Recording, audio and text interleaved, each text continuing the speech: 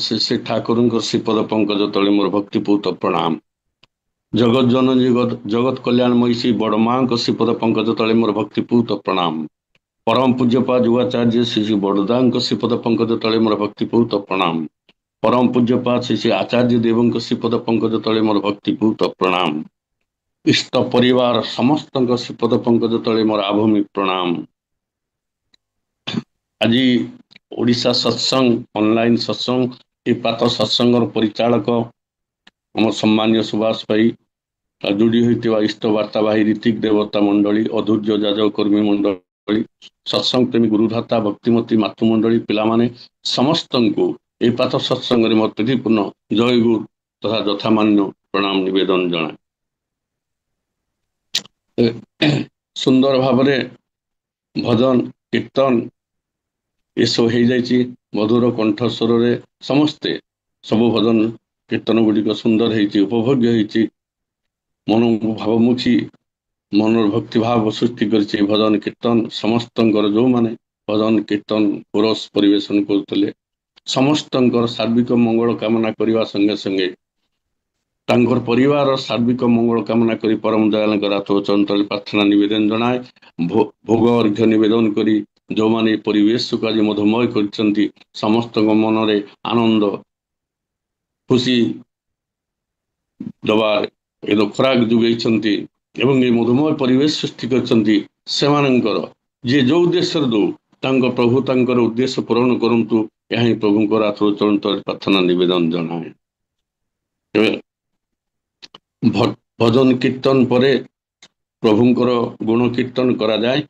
जे भाई आमर कीर्तन करुले जे धरापृष्ठ को जितेबले परम पुरुष स्वयं सृष्टिकर्ता जितेबले धरापृष्ठ को तांको सृष्टि को अवतरण कर समय सृष्टि जो अपूर्व मनोलोभा दृश्य मनोलोभा आकर्षण दृश्य सृष्टि हुए ताकू से कीर्तन परिवेशन करते क्यों सुंदर तो मधुर लगुला हुए हवा कथा सृष्टिकर्ता स्वयं निजे जिते आसुंच निश्चित भाव में ये सृष्टिर किसी अभूतपूर्व नूतन परिवर्तन अनुभूत हम तेरे तांकर गुणगान करवा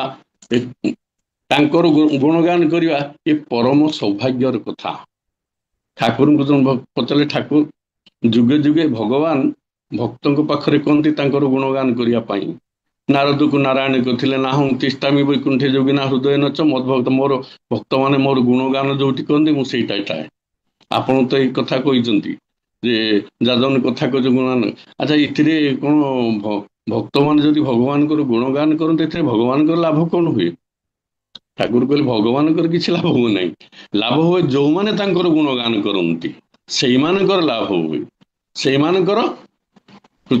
जीवन उन्नति हुए आ गुरुंकर भगवान गुरु बा भगवान गुणगान करू करू अज्ञानी मनीषटा ज्ञानी हो जाए क्रोधी मनीषटा अक्रोधी हो जाए मनीषर भावर परिवर्तन हो जाए मनीषर शारीरिक मानसिक परिवर्तन हुए शारीरिक मानसिक परिवर्तन हो जाए पापी मनीषटा धार्मिक मनीष परिणत हो जाए गुरुंकर गुणगान करू करू भगवान गुणगान करू करू तेणु ये धार्मिक पथरे इष्ट पथरे चलवार सर्वश्रेष्ठ गुरुंकर गुणगान करवा गुरु बा भगवान गुणगान करवा तेरे ये गुणगान कले मनीषर व्यक्तित्वटा बढ़ी जाए व्यक्तित्वटा बढ़ी जाए तेणु ठाकुर कहले श्रेष्ठ जाजी हेले ही बढ़े व्यक्तित्वटा प्रज्ञा नहीं निम्न जाजने बुद्धि मोटा निष्ठा पलाए फांकी दे ठाकुर कहले श्रेष्ठ जाजी हेले ही बढ़े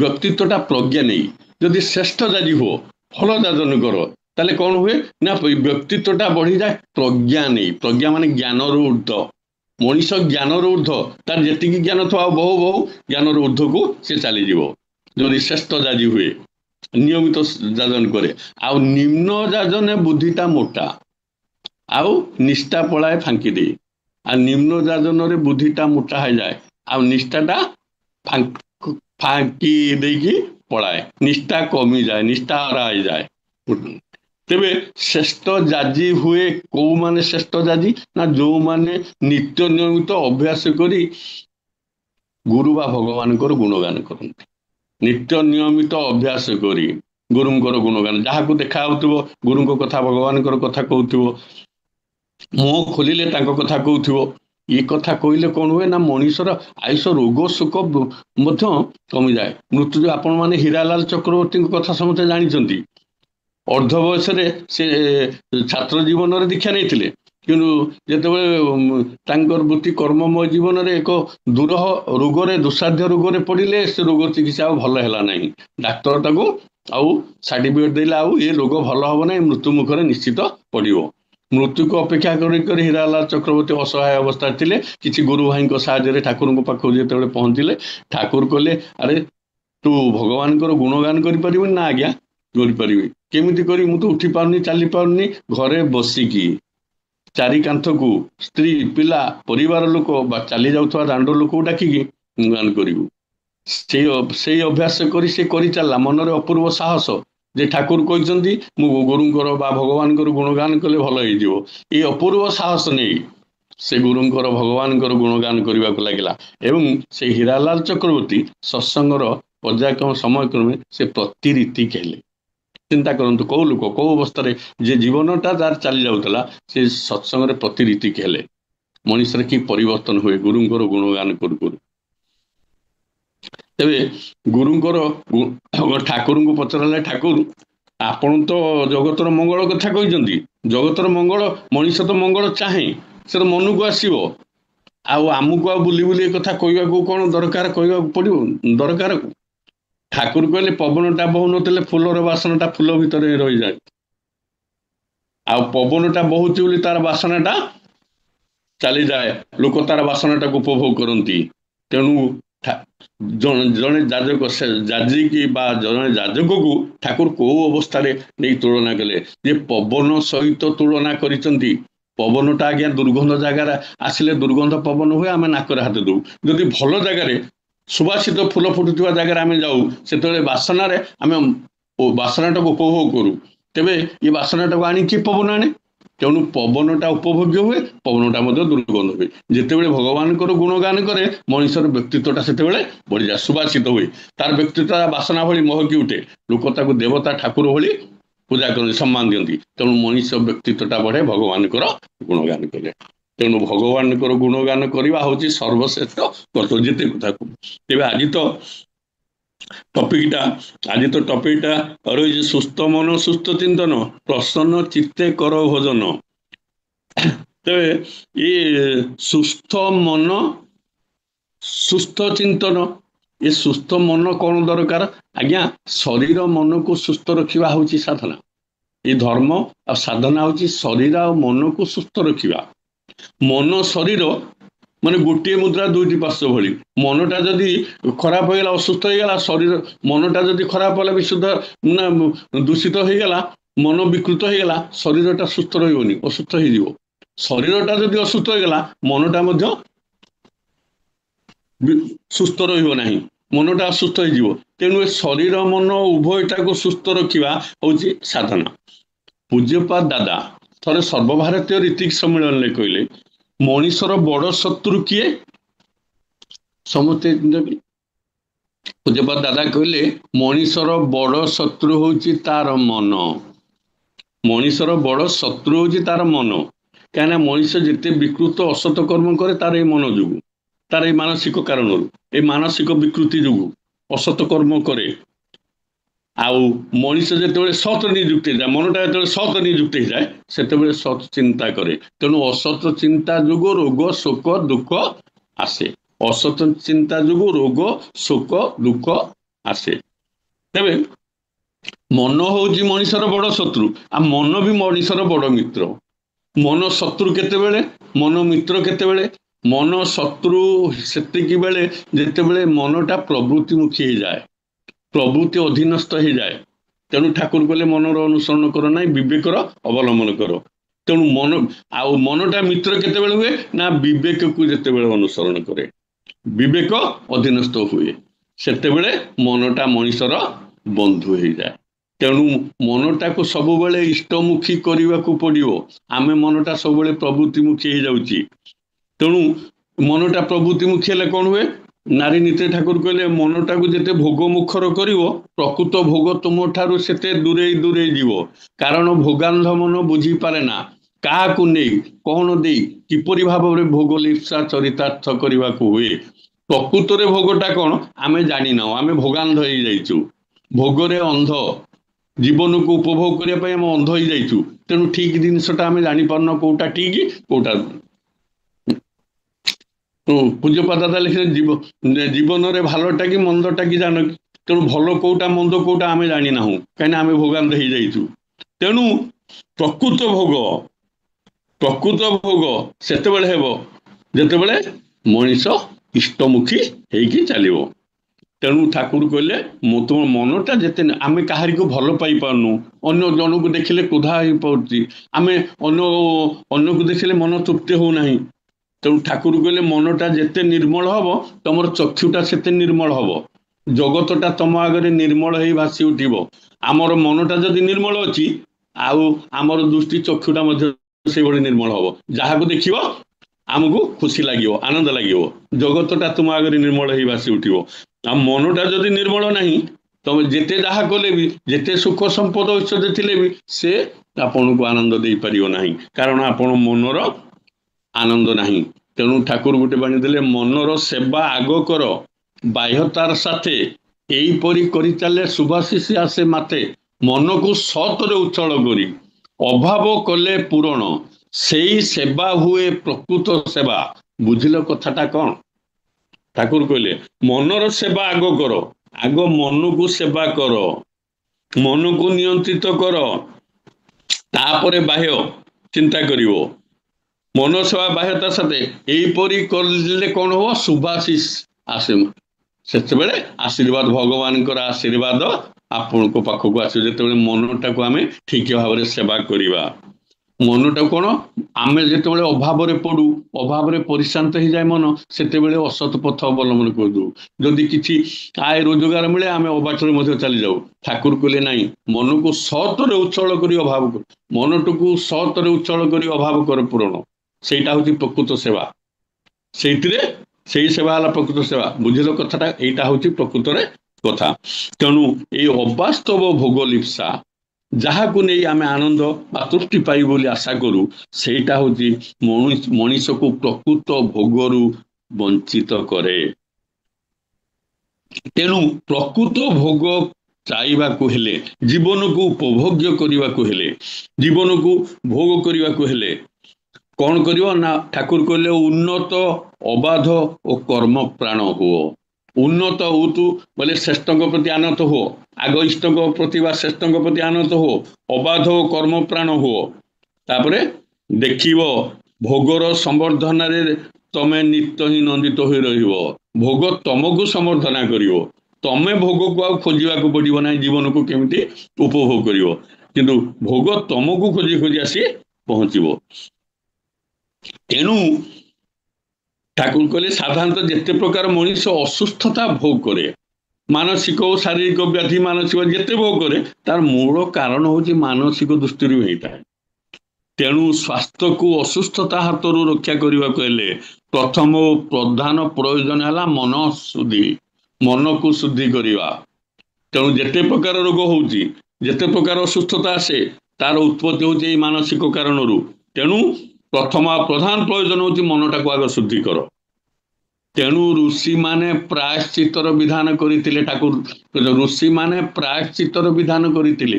ଏ ପ୍ରାୟଶ୍ଚିତ ବିଧାନଟା କଣ, କାହିଁକି କରାହୁଏ, ଠାକୁର ସେଇଟା କହିଦେଲେ ଯେ ମନେକର ଜୀବନ କାଳ ଭିତରେ ମୁଁ ଗୋଟେ ସାଂଘାତିକ ପାପ କରିଛି, ଗୋ ହତ୍ୟା କରିଯାଏ, ବ୍ରହ୍ମ ହତ୍ୟା କରିଥାଏ, ବା ଶିଶୁ ହତ୍ୟା କରେ, ନର ହତ୍ୟା କରେ, ଯୋଉ ଗୋଟେ ପାପ ବା ଅସତ କର୍ମ କରିଦେଇଛି, ସେ କର୍ମ ମୋର ଜୀବନ ଭିତରେ ରହିଲା ପ୍ରିଣ୍ଟ ହେଇକି, ମୁଁ ଯାହା କରିଛି, ଯେତେବେଳେ ମରଣ ସମୟ, ମୃତ୍ୟୁ ସମୟ ଆସିବ, ମୋ ଇଚ୍ଛାରେ ହଉ ବା ମୋର ଚେତନାରେ ଥାଉ ବା ମୁଁ ଅଚେତରେ ଥାଏ, ସେଇ କଥାଟା ମନକୁ ବାହାରିବ। କାହିଁକିନା ମନକୁ ସେ ଘାଣ୍ଟି ଘାଣ୍ଟି ସାରା ଜୀବନ ରଖିଛି ଯେ ମୁଁ ଏଇ କାମଟା କରିଛି, ମୁଁ ଏଇଭଳି ଗୋଟେ ହତ୍ୟା କରିଛି, ଏଇଭଳି ଗୋଟେ ଅପରାଧ କରିଛି। ଏଇଥିପାଇଁ ମନଟା ଘାଣ୍ଟି ଘାଣ୍ଟି ଘାଣ୍ଟି ଘାଣ୍ଟି ଶେଷ ପର୍ଯ୍ୟାୟରେ ମୃତ୍ୟୁ ସମୟରେ ସେଇଟା ବାହାରେ। ତେଣୁ ଋଷିମାନେ କଣ କରିଥିଲେ ନା, ଏଇଟା ହଉଛି ପ୍ରାୟଶ୍ଚିତ୍ତର ବିଧାନ ରଖିଥିଲେ। ପ୍ରାୟଶ୍ଚିତ କଣ ନା ଯେକୌଣସି ଗୋଟେ ବିଧାନ ରଖିଥିଲେ ଯେ ଯାଇକି ଏଇ ପାପରେ ପ୍ରାୟଶ୍ଚିତ କରିବାକୁ ପଡିବ ଏଇ ବିଧାନ ଅନୁସାରେ। ସେ ଯାଇ ପ୍ରାୟଶ୍ଚିତ କରିଦେଲେ ତା ମନଟା ସଫା ହେଇଯାଏ। ଆଉ ସେ ଭାବନାଟା ମନ ଭିତରେ ରହେ ନାହିଁ ଯେ ମୁଁ ଗୋଟେ ଅପରାଧ କରିଦେଇଛି କି ମୁଁ ଗୋଟେ କାହାକୁ ମାରିଦେଇଛି କି ହତ୍ୟା କରିଦେଇଛି। ଏଇ ଯୋଉ ଯୋଉ ଗୋଟେ ଗୋଟେ ଥାଏ ଏଇ ଯୋଉ ଚିନ୍ତାଟା, ଏଇ ଚିନ୍ତାଟା ତା ମନ ଭିତରେ ରହିବ ନାହିଁ। ମନ ତାର ଆଗକୁ ଆଗକୁ ଚାଲିବ। ତେଣୁ ଠାକୁର କହୁଛନ୍ତି ମୋର ମନେ ହୁଏ ବର୍ଷରେ ଅନ୍ତତଃ ଥରେ ଚାନ୍ଦ୍ରାୟଣ ବ୍ରତ ବା ତତୁଲ୍ୟ କିଛି ଅନୁଷ୍ଠାନ ଯଥା ବିହିତ ରୂପେ ସ୍ୱାସ୍ଥ୍ୟ ଜୀବନ ପକ୍ଷ ଅମୃତ ତୁଲ୍ୟ। ତେଣୁ କିଛି ନା ବ୍ରତ ଉପବାସ ଏସବୁ ବର୍ଷରେ ଥରେ ଦୁଇଥର କରିବା, ଏଇଟା ଜୀବନ ପାଇଁ ଅମୃତ ତୁଲ୍ୟ ଠାକୁର କହିଲେ। ଏସବୁ କରିବାକୁ ପଡେ। ଏସବୁ କଲେ କଣ ହୁଏ ନା ମନଟା ଶୁଦ୍ଧି ହେଇଯାଏ। ମନଟା ଶୁଦ୍ଧି ହୁଏ, ଚିତ୍ତ ଶୁଦ୍ଧି ହୁଏ। କାହିଁକିନା ମନର ଏଇ ଯୋଉ ଥାଏ ଦୁର୍ବଳତା, ଅଜ୍ଞାନତା, କପଟତା, ଅକୃତଜ୍ଞତା, ଏଗୁଡା ସବୁ ମନଟାକୁ କଣ କରେ ନା ନିମ୍ନମୁଖୀ କରିଦିଏ। ମନଟା ମଣିଷର ঊର୍ଦ୍ଧ୍ୱମୁଖୀ ହୁଏ ନାହିଁ, ମନଟାକୁ ନିମ୍ନମୁଖୀ କରେ। ତେଣୁ ଏସବୁ ଠାରୁ ମଣିଷ ଆସ୍ତେ ଆସ୍ତେ ଦୂରେଇ ଯାଏ। ତେଣୁ କରିବାକୁ ହେଲେ କିଛି ସାଧନା, ବ୍ରତ, ଏସବୁ ନିୟମ ପାଳନ କରିବାକୁ ପଡିବ। ତେଣୁ ମନଟାକୁ ସୁସ୍ଥ ରଖିବାକୁ ପଡିବ। ତେଣୁ କର୍ମ, ଦୈନନ୍ଦିନ କର୍ମ, ଦୈନନ୍ଦିନ କର୍ମ କଣ ନା ବାସ୍ତବ କର୍ମ କରିବ। ଯୋଉ କର୍ମଟା ଆଗ ମାନେ ଯୋଉ କର୍ମଟା ମଣିଷକୁ ଇଷ୍ଟମୁଖୀ କରିବ, ଉନ୍ନତ କରିବ, ଉନ୍ନତ ଓ ଇଷ୍ଟଙ୍କ ପ୍ରତି ଆନତ କରିବ ଯୋଉ କର୍ମ, ଅର୍ଥ ଇଷ୍ଟ କର୍ମ। ଆଉ ଏଇଥିରେ ମଣିଷ କଣ ହବ ନା ପ୍ରକୃତରେ ମନଟା ତାର ଦୁର୍ବଳତା, ଅଜ୍ଞାନତା, କପଟତା, ଏ ଅକୃତଜ୍ଞତା, ୟାଠାରୁ ମନ ଦୂରେଇ ଯିବ। ଏବଂ ଦୂରେଇ ଗଲେ ମଣିଷ ପ୍ରକୃତରେ ଭୋଗ କରିବ। ଆମେ ଦୁର୍ଭୋଗ ଭୋଗୁ କାହିଁକି ନା ମନଟା ସବୁବେଳେ ନିମ୍ନମୁଖୀ ଥାଏ ବୋଲି। ତେଣୁ ମନଟାକୁ ঊର୍ଦ୍ଧ୍ୱମୁଖୀ କରିବାର ଏଇଟା ହଉଛି ବାଟ। ଏଇଟା ହଉଛି ସୁସ୍ଥ ମନ।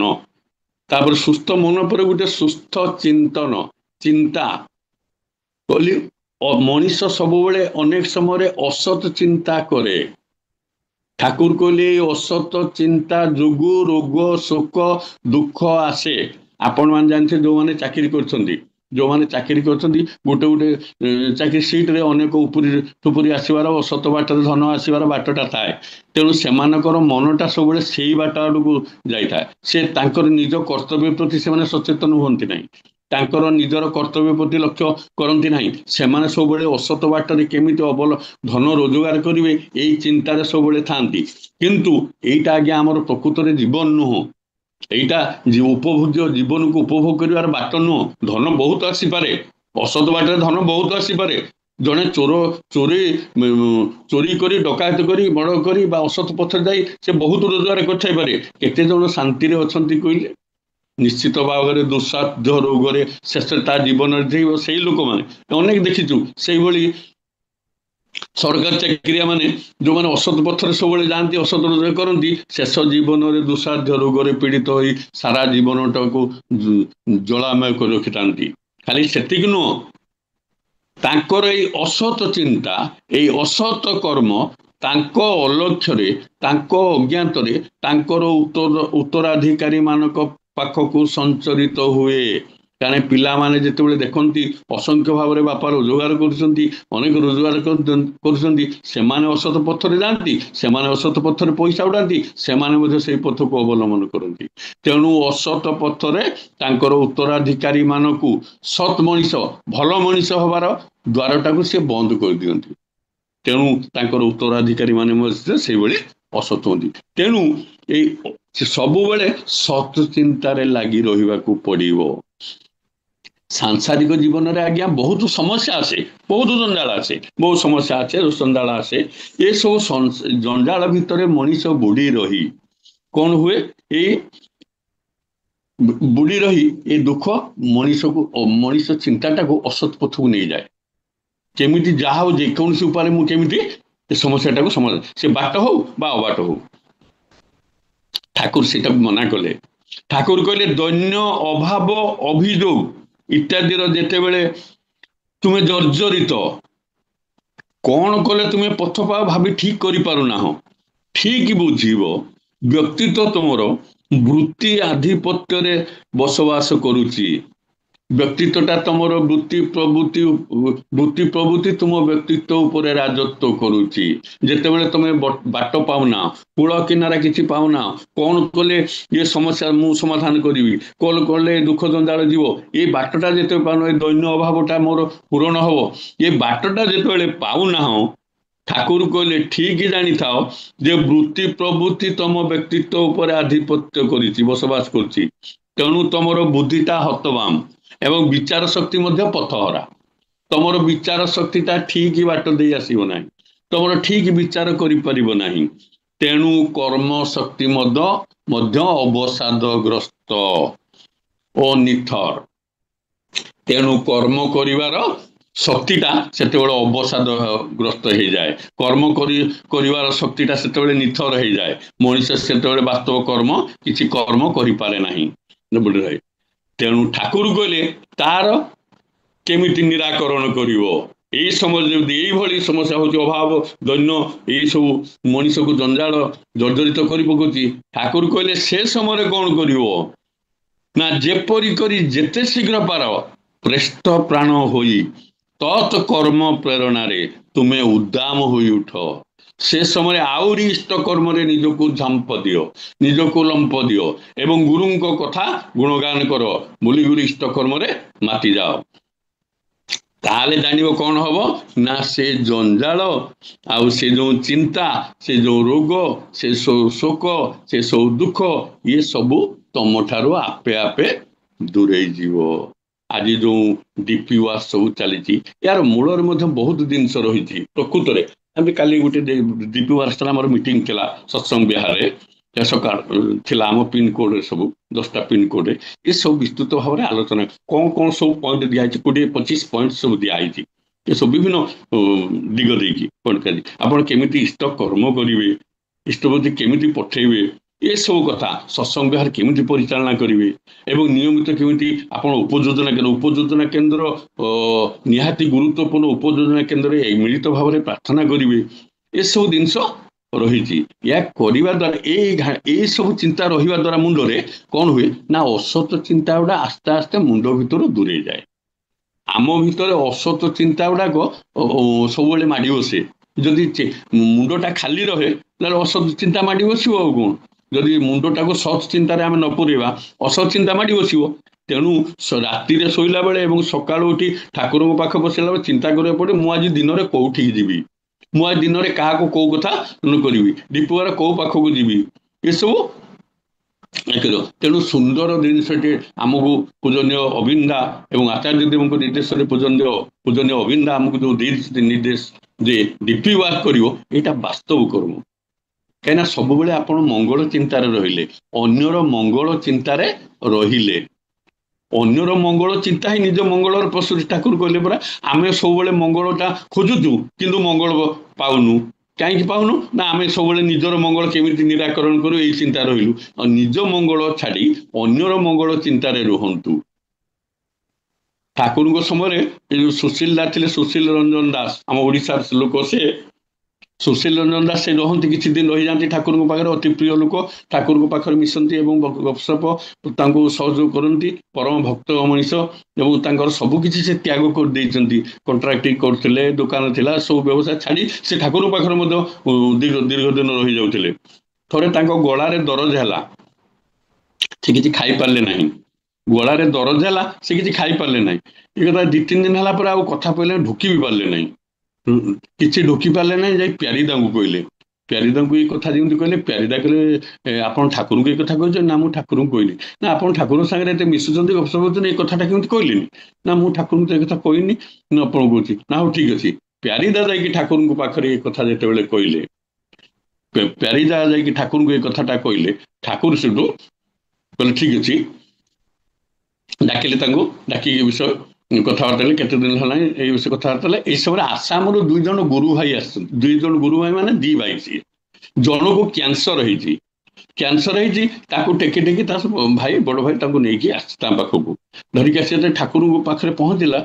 ଠାକୁର କହିଲେ ଆରେ କଣ ହେଇଛି ନା, ଏମିତି କହିଲେ। ସେଠୁ ପ୍ୟାରିଦାକୁ ଠାକୁର ଡାକିଲେ, କହିଲେ ତାର ଗୋଟେ ପ୍ରେସ୍କ୍ରିପସନ୍ କରିଦେଲୁ, ଗୋଟେ ପ୍ରେସ୍କ୍ରିପସନ୍ କରିଦିଅ, ଶୀଘ୍ର ଶୀଘ୍ର କରିଦିଅ। ସେ ଟେରାମାଇସିନ୍ ସେତେବେଳେ କମ୍ ମିଳୁଥିଲା, ସେ ଟେରାମାଇସିନ୍ ଲେଖିଲେ, ଆଉ କ'ଣ ଔଷଧ ପତ୍ର ଲେଖିଦେଲେ। ଲେଖିଦେଲା ପରେ ତା ବଡ଼ ଭାଇ କହିଲେ ଶୀଘ୍ର ଯା ଏଇ ମେଡ଼ିସିନ୍ ନେଇ ଆସିବ। ଠିକ୍ ଅଛି, ଦୌଡ଼ି ଦୌଡ଼ି ଗଲେ, ଦୌଡ଼ିକି ଯାଇକି ମେଡ଼ିସିନ୍ଟା ନେଇକି ଆସିଲେ। ଆସିଲେ ପରେ ଠାକୁରଙ୍କ ପାଖରେ ଯେତେବେଳେ ପହଞ୍ଚିଲେ, ଠାକୁର କହିଲେ ପ୍ୟାରିକି ଦେଇଦେ। ପ୍ୟାରି ତାଙ୍କୁ ଦେଲେ ମେଡ଼ିସିନ୍, ପ୍ୟାରି ତାକୁ ଠାକୁର କହିଲେ ୟାକୁ ଦେବା ପାଇଁ କାହାକୁ, ସୁଶୀଲାଙ୍କୁ। ସୁଶୀଲା ସେ ମେଡ଼ିସିନ୍ ଖାଇଲେ ଏବଂ ସୁଶୀଲା ସେ ମେଡ଼ିସିନ୍ ଖାଇଲେ। ଇଏ ଲୋକଟି ହତାଶ ହେଇଗଲେ, କହିଲେ ମୁଁ ଦୌଡ଼ି ଦୌଡ଼ି ଯାଇ ମେଡ଼ିସିନ୍ ନେଇକି ଆଇଲି, କିନ୍ତୁ ଠାକୁର କ'ଣ ତାକୁ ଦେଇଦେଲି ମେଡ଼ିସିନ୍ ଖାଇବା ପାଇଁ। ଆଉ ୟାକୁ ଠାକୁର କହିଲେ ତୋର ଆନନ୍ଦ ବଜାରରେ ପ୍ରସାଦ ସେବନ କରିବୁ, ନିତ୍ୟ ନିୟମିତ ଏଇଠି ଆସିଆ କରିବୁ ଏବଂ ତୋର ଓଜନ ମାପିକି ଆଗ ରହିବୁ। ଏଇ 10-15 ଦିନ, ସେ 10-15 ଦିନ ରହିଲା। ରହିକି ଆସ୍ତେ ଆସ୍ତେ ଆସ୍ତେ ଆସ୍ତେ ତାର ରୋଗଟା ଭଲ ହେଇଗଲା। ଏଣେ ସୁଶୀଲାଙ୍କର ରୋଗ ମଧ୍ୟ ଭଲ ହେଇଗଲା ସେ ମେଡ଼ିସିନ୍ ଖାଇକି। ଚିନ୍ତା କରନ୍ତୁ, ସେ ଖାଲି ଠାକୁର କହିନାହାନ୍ତି, ଏଇଟା କରିକି ମଧ୍ୟ ବହୁତ ଏମିତି ଅନେକ ବହୁତ ଅଛି। ମେଡ଼ିସିନ୍ ଖାଇଲା ସିଏ, ରୋଗ ଭଲ ହେଲା ୟାର। ୟାକୁ ଇଷ୍ଟ କର୍ମରେ କେମିତି କ'ଣ ବିଭିନ୍ନ କାମ ବତେଇଲେ ସେ ତାର କଲା ଏବଂ ସିଏ ସୁସ୍ଥ ହେଇକି ରହିଲା। ଅପରର ମଙ୍ଗଳ କାମନା ହିଁ ନିଜ। ଆମେ ଅପରର ମଙ୍ଗଳ କାମନା କରିପାରୁନାହୁଁ, ତେଣୁ ଠିକ୍ ଭାବରେ ଅନ୍ୟର ଉପକାର ଚିନ୍ତା କରୁନାହୁଁ, ଅବା ଅନ୍ୟ ପାଖରେ ଯାଇ ବୁଝୁନୁ ତାର ଭଲ ମନ୍ଦ। ତାର ବୁଝିଲେ ନିଜର ମଙ୍ଗଳ ହବ, ଭଲ। ଏଇ ଚିନ୍ତାଟା ମୁଣ୍ଡ ଭିତରେ ରହିବା ଦରକାର। ଏଇ ଇଷ୍ଟ ଚିନ୍ତାଟା, ସତ୍ ଚିନ୍ତାଟା ମଣିଷ ମୁଣ୍ଡ ଭିତରେ ରହିଲେ ମଣିଷ ସେଇ ଭାବଟା ଆସିବ, ମୋ ଅପର। ଠିକ୍ ଅଛି, ସେଇ କଥା ଆଲୋଚନା ସେ ପଡ଼ିଥିଲା ଏଇ ଯେଉଁ ଡିପି ୱାର୍କସରେ। ପ୍ରତିଦିନ ନିର୍ଦ୍ଦିଷ୍ଟ ସମୟ ଠିକ୍ କରି ଆମକୁ ବୁଲିବାକୁ ପଡ଼ିବ। ଅନ୍ତତଃ ଅବିନ୍ଦା ପର୍ଯ୍ୟନ୍ତ, ଅବିନ୍ଦା କହିଛନ୍ତି ଏ କଥା ଯେ ଅନ୍ତତଃ 8ଟା ପୂର୍ବରୁ ତ କେହି ଅଫିସ୍ ଯାଆନି, ଅନ୍ତତଃ 8ଟା ପର୍ଯ୍ୟନ୍ତ, ପ୍ରେୟାର ଠାରୁ 8ଟା ପର୍ଯ୍ୟନ୍ତ ଆମେ ବୁଲିପାରେ ଡିପି ୱାର୍କ କରିପାରିବା। ଏତିକି ସମୟ କରନ୍ତୁ। ସିଏ ଯାହା କହୁଛନ୍ତି ଏଥିରେ ତାଙ୍କର କିଛି ନା, ଏଇଟା ଆମର ପାଇଁ, ଆମ ପାଇଁ ସେ କହିଛନ୍ତି, କିନ୍ତୁ ଆମେ ସେତେ କର୍ମତତ୍ପର ନୁହଁ। ଆମେ ସେତେ କର୍ମତତ୍ପର ହେଇନାହୁଁ ବୋଲି ସେ ପ୍ରକୃତ ଜିନିଷଟାକୁ ଅନୁଭବ କରିପାରୁନାହୁଁ। ତେଣୁ ଏଇ ହେଉଛି ମଣିଷର ବୃତ୍ତି ପ୍ରବୃତ୍ତି ଗୁଡ଼ାକୁ ନିୟନ୍ତ୍ରଣ କରିବାର ଏଇଟା ହେଉଛି ଗୋଟେ କାଇଦା। ତାଙ୍କର ସ୍ୱାର୍ଥ ଆଉ ପ୍ରତିଷ୍ଠା କଥା ଚିନ୍ତା କରି ଆଉ ବୃତ୍ତି ଗୁଡ଼ିକୁ ଏପରି ଭାବରେ ତାଙ୍କର ସେବାରେ ନିୟୋଜିତ କରିବ ଯେମିତିକି କିଛି ଦିନ ଭିତରେ ମାନେ ଦୂରଦୃଷ୍ଟ ମଣିଷର ଏଇ ଯେଉଁ ଦୁଶ୍ଚିନ୍ତା, ଦୂରଦୃଷ୍ଟ ରୋଗ ଶୋକ କୁଆଡ଼େ ଚାଲିଯାଉଛି। এই ବୃତ୍ତି ପ୍ରବୃତ୍ତି ଗୁଡ଼ିକ ତାଙ୍କ ସେବାରେ ନିୟୋଜିତ କରିବ। ଆମେ କ'ଣ କରୁ, ଆମେ ବୃତ୍ତି ପ୍ରବୃତ୍ତି ଗୁଡ଼ିକୁ ବୃତ୍ତି ପ୍ରବୃତ୍ତି ମନ ଉପରେ ଆଧିପତ୍ୟ କରୁଛି, ମନ ଯାହା ଚାହୁଁଛି ଆମେ ସେୟା କରୁଛୁ। ଏ ପୂଜା କଥା କହୁଥିଲେ ଆଜି ଆଲୋଚନାରେ, ସୁଭାଷ ଭାଇ ପୂଜା କଥା କହିଲେ। ଆମେ ଲାଗୁଛନ୍ତି ଗୁଡ଼ାଏ ପଇସା କଲେକ୍ସନ କରୁଛନ୍ତି, ଲକ୍ଷ ଲକ୍ଷ ଟଙ୍କା ଖର୍ଚ୍ଚ କରୁଛନ୍ତି, ବିଭିନ୍ନ ସାଜସଜା। ତାଙ୍କର 40,000 ଖର୍ଚ୍ଚ ହେଇଛି, ଆମର 60,000 ଖର୍ଚ୍ଚ କରିବା। ତାଙ୍କର 1,00,000 ଟଙ୍କା ପ୍ରସେସନ ଖର୍ଚ୍ଚ ହେଉଛି, ଆମେ 2 ଲକ୍ଷ ଖର୍ଚ୍ଚ କରିବା। ଏଇ ପ୍ରତିଯୋଗିତାରେ ଆମେ ଧର୍ମ ଉତ୍ସବ ଅନୁଷ୍ଠାନ କରିଚାଲିଲୁ, କିନ୍ତୁ ଆମେ ଯୋଉ ଗଣେଶ ପୂଜାଟି କରୁଛୁ, କାହିଁକି ଗଣେଶ ପୂଜାଟା କରୁଛୁ ୟାକୁ ଚିନ୍ତା କରୁନୁ। ଗଣେଶ ଯେ ପିତୃଭକ୍ତ ମାତୃଭକ୍ତ ଥିଲେ, ସିଏ ଯେ ଯେତେ ପିତୃଭକ୍ତ ମାତୃଭକ୍ତ ଥିଲେ, ଆମେ ସେଇଭଳି ପିତୃଭକ୍ତ ମାତୃଭକ୍ତ ହବା। ଏ ପ୍ରତିଯୋଗିତା କାହାରି ମନରେ ନାହିଁ, ଏ ପ୍ରତିଯୋଗିତା କାହାରି ମନ ନାହିଁ। ଆମ ମନରେ ଅଛି ବାହ୍ୟ ଆଡମ୍ବର। ତେଣୁ ଆମ ଭିତରେ ସଂଘର୍ଷ, ଗୋଷ୍ଠୀ କନ୍ଦଳ, ମରାମରି, ହଣାହଣି ଏସବୁ ଚାଲୁଛି। ତେଣୁ ବାସ୍ତବ ପୂଜା ସେତିକି ବେଳେ ହବ ଯେତେବେଳେ ତାଙ୍କର ମାନେ ତାଙ୍କର ବିଧାନ ଗୁଡ଼ିକୁ, ଯୋଉ ଉଦ୍ଦେଶ୍ୟରେ ଆମେ ତାଙ୍କର ବୈଶିଷ୍ଟ୍ୟକୁ ଆମେ ଆହରଣ କରିବା ଏବଂ ତାଙ୍କର ବୈଶିଷ୍ଟ୍ୟକୁ ଆମେ ପୂରଣ କରିବା। ଯୋଉ ଦେବାଦେବୀଙ୍କୁ ପୂଜା କରନ୍ତୁ ତାର ଗୋଟେ ବୈଶିଷ୍ଟ୍ୟ ଅଛି, ସେ ବୈଶିଷ୍ଟ୍ୟକୁ ଆମେ ପୂଜା କରୁନାହୁଁ। ଆମେ ପୂଜା କରୁଛୁ ଖାଲି ପୂଜା କରୁଛୁ ଏବଂ ସଂଘର୍ଷ ପ୍ରତିଯୋଗିତା କରୁଛୁ। ତେଣୁ ବୈଶିଷ୍ଟ୍ୟକୁ ପୂରଣ କରିବା ହେଉଛି ବାସ୍ତବ ପୂଜା। ତେଣୁ ତେଣୁ ସୁସ୍ଥ ଚିନ୍ତନ ହେଉଛି ଏହା, ସବୁବେଳେ ଇଷ୍ଟ ଚିନ୍ତା, ଇଷ୍ଟ କର୍ମ ଆଉ ଇଷ୍ଟଙ୍କ କଥା। ଏଇ କହିଲେ ମଣିଷ ମନର ଆପେ ଆପେ ଦୁଃଖ, ଏଇ ଜ୍ୱାଳା ଯନ୍ତ୍ରଣା, ଅଭାବ, ଅଭିଯୋଗ ଏଗୁଡ଼ା ସବୁ ମନକୁ ଦୂରେଇ ଯିବ। ଆଉ ପ୍ରସନ୍ନ ଚିତ୍ତେ କର ଭୋଜନ। ଆମର ସବୁଠାରୁ ଗୁରୁତ୍ୱପୂର୍ଣ୍ଣ ହେଲା ଏ ଭୋଜନ, ଖାଇବାଟା। ଆମର ସବୁବେଳେ ଖାଇବା ଗଣ୍ଡଗୋଳ ହୁଏ, ଆଜିକାଲି ଦେଖାଯାଉଛି ବାହାଘର ଭୋଜି ଉତ୍ସବରେ ଆମେ କ'ଣ, ହଁ ଆମର ବିନା ପିଆଜ ରସୁଣ ନିରାମିଷ ହେଇଛି ଗୋଟେ ପଟରେ ଆମିଷ ହେଇଛି। ଆରେ ଗୋଟେ ପଟରେ ସିନା ବାହାରେ ହେଇଛି, ଆଉ ଭିତରେ ଯୋଉ ରୋଷେଇ ହଉଛି କୋଉ ପଟେ, ମାନେ ଯୋଉଠି 2 ପ୍ରକାର ରୋଷେଇ, ସେ ରୋଷେଇର ବାହାର ରନ୍ଧନ ଗ୍ରହଣ କରିବା ଉଚିତ ନୁହଁ। ତେଣୁ ଆମେ ପ୍ରସନ୍ନ ଚିତ୍ତରେ ଖାଇଲା ଭଳି ଖାଦ୍ୟ ଖାଉନାହୁଁ, ଆଉ ପ୍ରସନ୍ନ ଚିତ୍ତ ହବ କେମିତି? ମନେକର ଜଣେ ଆପଣଙ୍କୁ ଖାଇବାକୁ ଦେଲା, ଠାକୁରଙ୍କୁ ମନେକର ଜଣେ ଆପଣଙ୍କୁ ଖାଇବାକୁ ଦେଲା, ସେ ପରିଷ୍କାର ପରିଚ୍ଛନ୍ନ ନୁହଁ, ସେ ସେତେ ନିଷ୍ଠା ତାର ନାହିଁ, କିନ୍ତୁ ଆପଣଙ୍କ ମନଟା ସେତେବେଳେ, କିନ୍ତୁ ଆପଣ ତାକୁ ମନା କରିପାରୁନାହାନ୍ତି, ବାଧ୍ୟରେ ପଡ଼ି ମନା କରିପାରୁନାହାନ୍ତି, କିନ୍ତୁ ତାର କାର୍ଯ୍ୟକ୍ରମ ତାର ପରିଷ୍କାର ପରିଚ୍ଛନ୍ନତା ନାହିଁ, ଇଏ ମନ ଭିତରେ ଗୋଟେ ଘୃଣା ଭାବ ଆସୁଛି, ମନଟା ଖାଲି ଛୁଞ୍ଚି ଭଳି ଫୁଳିଲା ପରି ବିନ୍ଧୁଛି। କିନ୍ତୁ ଏଇଭଳି ଜାଗାରେ ଖାଦ୍ୟ ଗ୍ରହଣ କଲେ କଣ ହୁଏ ନା ମସ୍ତିଷ୍କର ଏଇ ଚାପଟା ନର୍ଭ ମଧ୍ୟ ଦେଇ ପାକସ୍ଥଳେ ଗୋଳମାଳ ସୃଷ୍ଟି କରେ, ଏଇଟା ରୋଗ ସୃଷ୍ଟି କରେ। ତେଣୁ ଆମେ ପ୍ରସନ୍ନ ଚିତ୍ତରେ ଭୋଜନ କରିବାକୁ, ମନଟା ତ ଗୋଳମାଳ ହେଉଛି, ଆମ ମନଟା ଶାନ୍ତ ନୁହଁ, ତୃପ୍ତି ନୁହଁ ସେ ଖାଇବାରେ, ସେ ଖାଦ୍ୟରେ। ଆପଣଙ୍କ ସ୍ତ୍ରୀ ମନେକର ଖରାପ ବ୍ୟବହାର କରୁଛି, ଆପଣଙ୍କର ନିଷ୍ଠୁର ବ୍ୟବହାର କରୁଛି, ନିଷ୍ଠୁର କଥା କହୁଛି, ତୁମକୁ ସବୁବେଳେ ଦୁଃଖ ଦଉଛି, ତାଙ୍କ ହାତରୁ ଭୋଜନ ଆପଣଙ୍କୁ ସ୍ନାୟୁ ରୋଗଗ୍ରସ୍ତ କରି ପକେଇବ, ତାକୁ ସ୍ନାୟୁ ରୋଗଗ୍ରସ୍ତ କରି ପକେଇବ। ଏଇ ଯୋଉ ବହୁତ ସରୁ ସରୁ ସୂକ୍ଷ୍ମ କଥା ଗୁଡ଼ିଏ ଆମ ମୁଣ୍ଡ ଭିତରେ ପଶେ ନାହିଁ, ଆମେ ଯୋଉଠି ନାହିଁ ସେଇଠି ଖାଇଦଉ, ଯେପରି ନାହିଁ ସେପରି ଖାଇଦଉ। ଏହା ଦ୍ୱାରା ଆମେ ବିଭିନ୍ନ ପ୍ରକାର ଗୋଳମାଳ, ଶାରୀରିକ ଅସୁସ୍ଥତା ଅନୁଭବ କରୁ। ତେଣୁ ତୃପ୍ତ ମନରେ, ପ୍ରସନ୍ନ ଚିତ୍ତରେ ଭୋଜନ କରିବ, ସେଇ ଜାଗାରେ ସବୁଠାରୁ ନିରାପଦ, ଯଦି ସବୁଠାରୁ ନିରାପଦ ସଦାଚାରୀ ସ୍ତ୍ରୀ କିମ୍ବା ମା, ଶାଶୁ ଏବଂ କିମ୍ବା ନିଜେ ରୋଷେଇ, ଏଇଟା ଶାନ୍ତିରେ ଆନନ୍ଦରେ ଖାଇପାରିବ। ତେଣୁ ଶାନ୍ତିରେ ଆନନ୍ଦରେ ଖାଇଲେ କଣ ହୁଏ ନା ମନଟା ମଣିଷର ସୁସ୍ଥ ରହେ, ମନଟା ସୁସ୍ଥ ରହେ, ଶରୀରଟା ମଧ୍ୟ ନିରୋଗ ହୁଏ। ତେଣୁ ଏଇ ଆପଣଙ୍କ ଦେବାଦେବୀ ମାନଙ୍କ, ଯେ ଦିଅଁ ଦେବତା ମାନଙ୍କ ଯେତେବେଳେ ଭୋଗ ଲଗାଯାଏ, ସେତେବେଳେ ସବୁ କବାଟ ଦ୍ୱାର ବନ୍ଦ କରିକି ଲଗାଯାଏ, କେବଳ ଯିଏ ଭୋଗ ନିବେଦନ କରନ୍ତି ସେହି ଥାଆନ୍ତି, ସେ ଭୋଗ ଦିଅନ୍ତି। ତେଣୁ ଯେଉଁ ଖାଦ୍ୟଟା ଆନନ୍ଦ ମନରେ ଖାଇବ, ସେଇଟା ଆନନ୍ଦ ମନରେ ଖାଇବ, ଏବଂ ସେଇଟା ହଉଛି ପ୍ରୀତିଦାୟକ, ସହଜ ପାଚ୍ୟ, ଆଉ ସେଇ ଖାଦ୍ୟଟା ଗ୍ରହଣ ଯୋଗ୍ୟ, ସହଜ ପାଚ୍ୟ, ସହଜରେ ହଜମ ହବ, ପ୍ରୀତିଦାୟକ ହଉଥିବ। ଆଉ ଯଦି ପ୍ରୀତି ଖାଇଲା ବେଳେ ଆପଣ ସୁସ୍ଥ ମନେ, କାହାରି ସହିତ ଅନ୍ୟମନସ୍କ, କୌଣସି ଚିନ୍ତା ଟେନସନ ନ ରହି, କୌଣସି ଚିନ୍ତା ନ ରଖି ଖୁସି ମନରେ ଭୋଜନ ଗ୍ରହଣ କରିବା ଉଚିତ।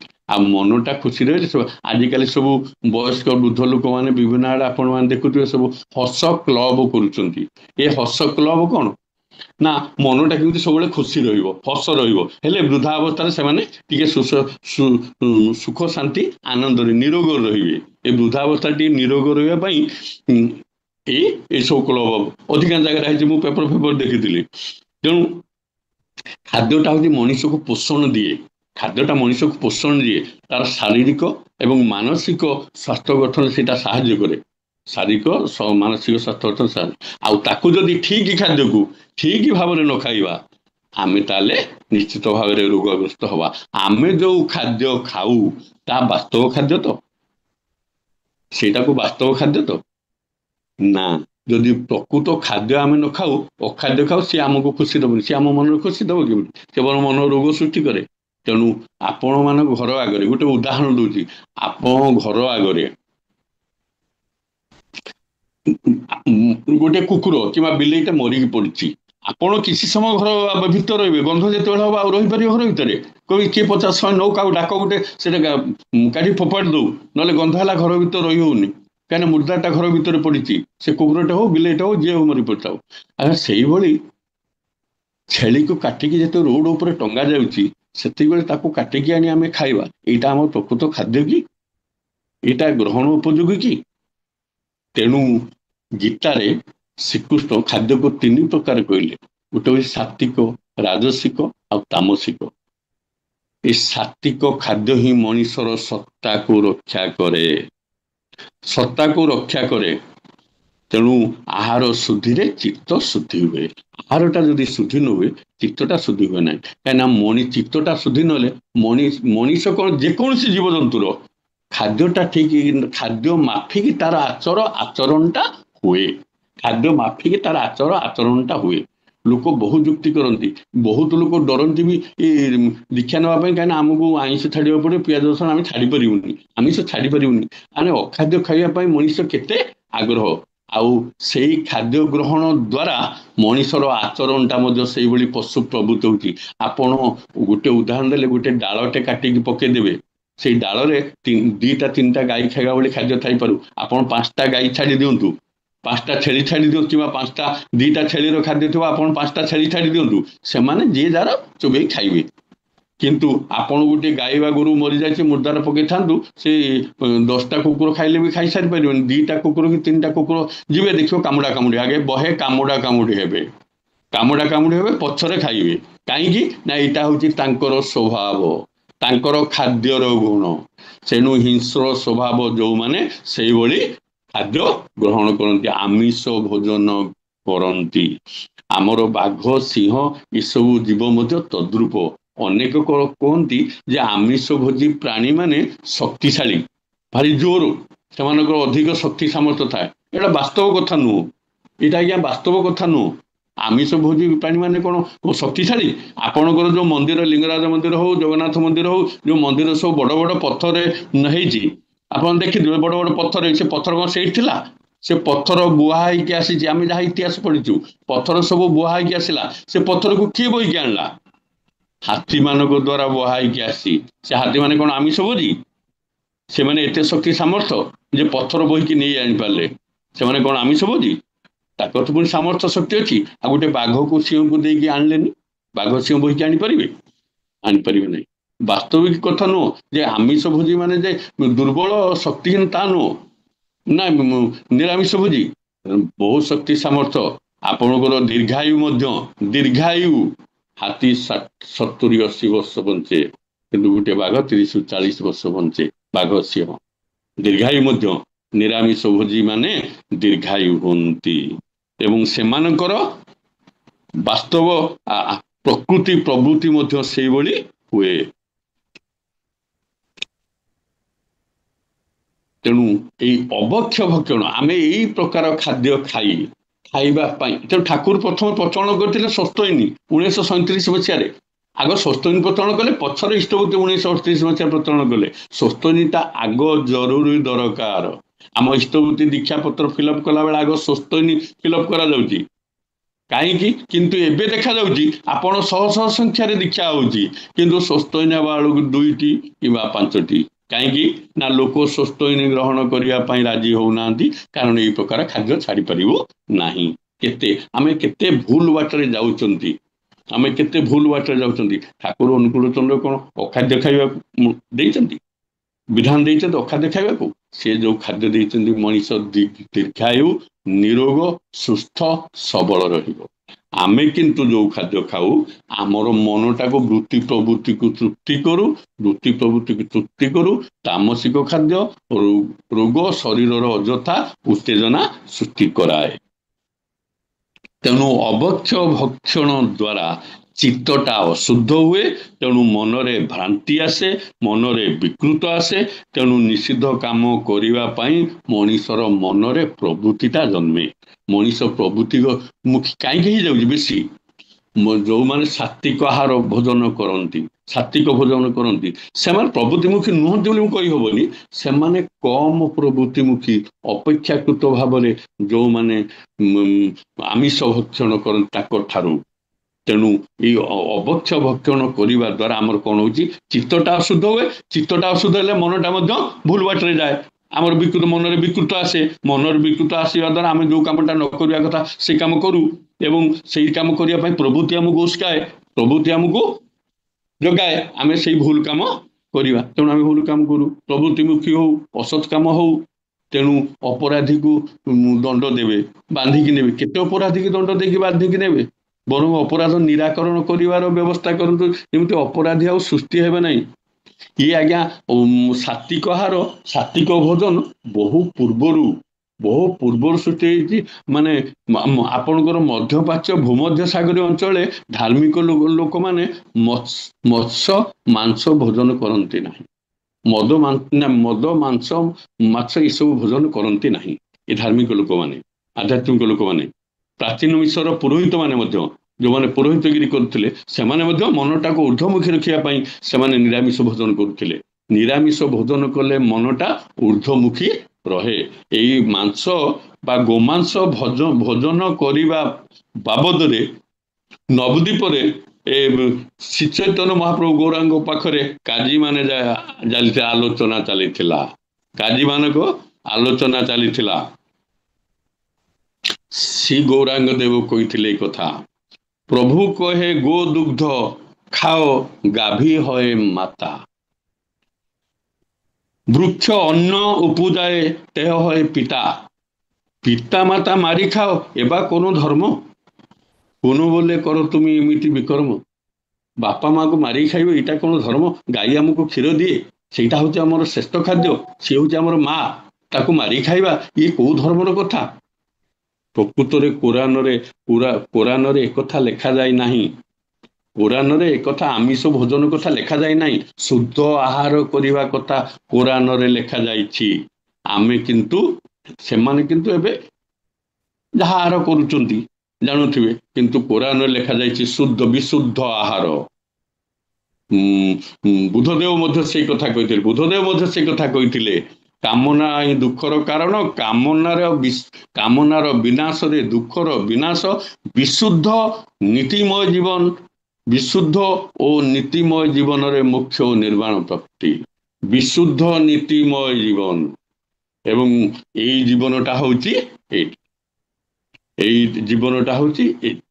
ତେଣୁ ଆମ ମନୁ ସଂହିତାରେ ମଧ୍ୟ ଲେଖା ଅଛି, ଯକ୍ଷ ରକ୍ଷ ପିଶାଚନ ଭକ୍ଷନ୍ତି ମାଂସ ସୁରାପାନ।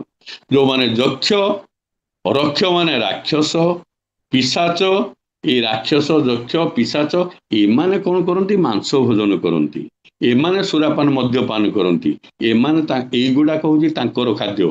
ମଣିଷ କ'ଣ ଯକ୍ଷ ରକ୍ଷ ପିଶାଚ?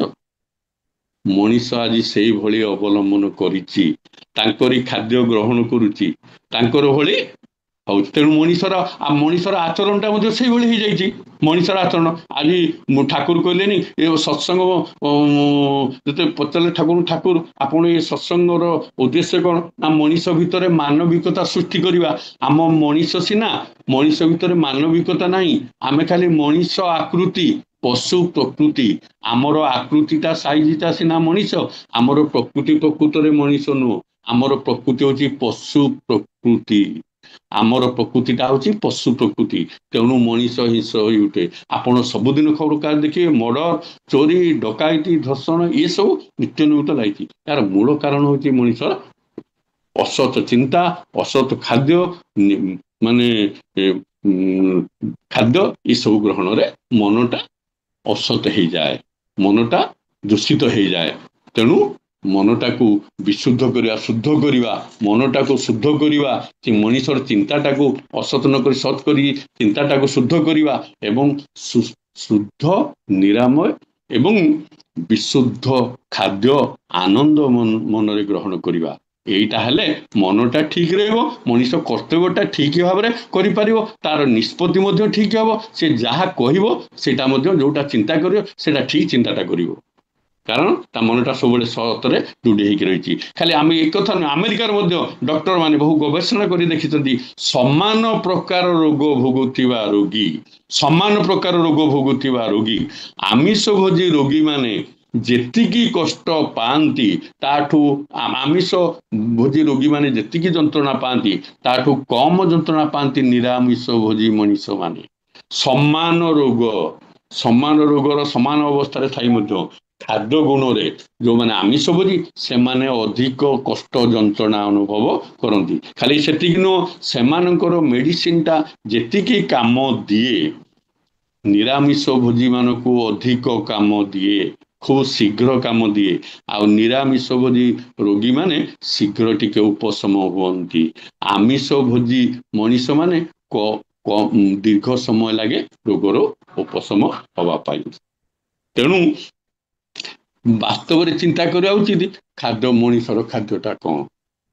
ଆମିଷ କିମ୍ବା ନିରାମିଷ, ଏଇ ଖାଦ୍ୟଟା କ'ଣ ଆମେ ନିଜେ ଚିନ୍ତା କରିବା। ଆଜି ମଣିଷ ପ୍ରବୃତ୍ତିମୁଖୀ ହେଇଯାଇଛି ବୋଲି ସେ ଚିନ୍ତା କରିପାରୁନାହିଁ। ତେଣୁ ବହୁତ ଲୋକ ଡରରେ ବି ଦୀକ୍ଷା ନେଉଥାନ୍ତି ଏଇ କାରଣ ଯୋଗୁଁ, କହିଲେ ଏମାନେ ତ ଆଇଁଷ ଖାଉନାହାନ୍ତି, ପିଆଜ ରସୁଣ ଖାଉନାହାନ୍ତି, ଆମେ ବସୁ।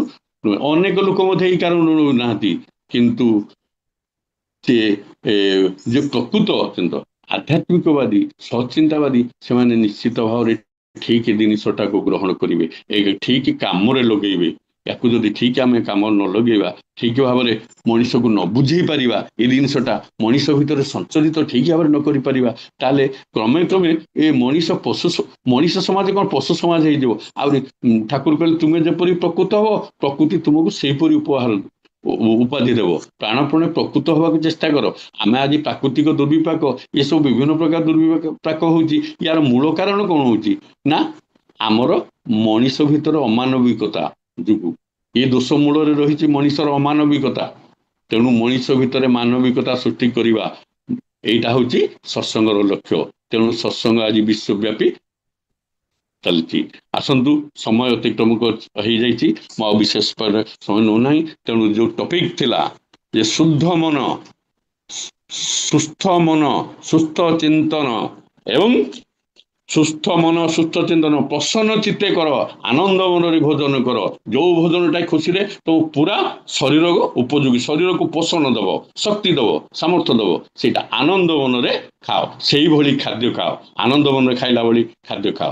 ତାହେଲେ ଠିକ ଭାବରେ ଶରୀରକୁ ସୁସ୍ଥ ରଖିପାରିବ, ମନକୁ ସୁସ୍ଥ ରଖିପାରିବ। ଧର୍ମର ବାଟ ହଉଛି ଏଇଆ। ଏଇଟା ହଉଛି ପ୍ରକୃତରେ ଧର୍ମର ବାଟ। ଆମେ କିନ୍ତୁ ବାସ୍ତବରେ ଧର୍ମର ବାଟକୁ ଠିକ ଭାବରେ ବ୍ୟବହାର করে। ଆମେ ଜାଣିଛୁ ପୂଜା ପାଠ କରିଦେଲେ ସରିଗଲା, ଏଣିକି ମନ ଇଚ୍ଛା ଖାଇବୁ, ମନ ଇଚ୍ଛା ଯାହା କରିବୁ, ନା ତା ନୁହଁ। ବାସ୍ତବ ଆଚରଣଟା ହଉଛି ଧର୍ମ। ଆସନ୍ତୁ, ମୁଁ ଏତିକି କହି ମୋର କଥା ଶେଷ କରିବା ପୂର୍ବରୁ ପୁଣି ଥରେ ସୁଭାଷ ଭାଇ ଯୋଡ଼ି ହୋଇଥିବା ସମସ୍ତ ସହପତି ନୀତି ଅଧୂର୍ଯ୍ୟ ଯାଦବ କର୍ମୀ ମଣ୍ଡଳୀ, ସତ୍ସଙ୍ଗ ପ୍ରେମୀ ଗୁରୁ ଭ୍ରାତା ଭକ୍ତିମତୀ ମାତୃମଣ୍ଡଳୀ, ପିଲାମାନେ ସମସ୍ତଙ୍କର ସାର୍ବିକ ମଙ୍ଗଳ କାମନା କରନ୍ତି। ଠାକୁରଙ୍କୁ ଅନୁସରଣ କରି ଠାକୁରଙ୍କ ପଥରେ ଚାଲନ୍ତୁ ଏବଂ ସୁଖ ଶାନ୍ତି ଆନନ୍ଦ ରୁହନ୍ତୁ, ଏହା ହିଁ କାମନା କରି ମୋର କଥା ଶେଷ କରୁଛି। ବନ୍ଦେ ପୁରୁଷୋତ୍ତମମ୍। ଜୟ ଗୁରୁ, ଜୟ ଗୁରୁ, ଜୟ ଗୁରୁ।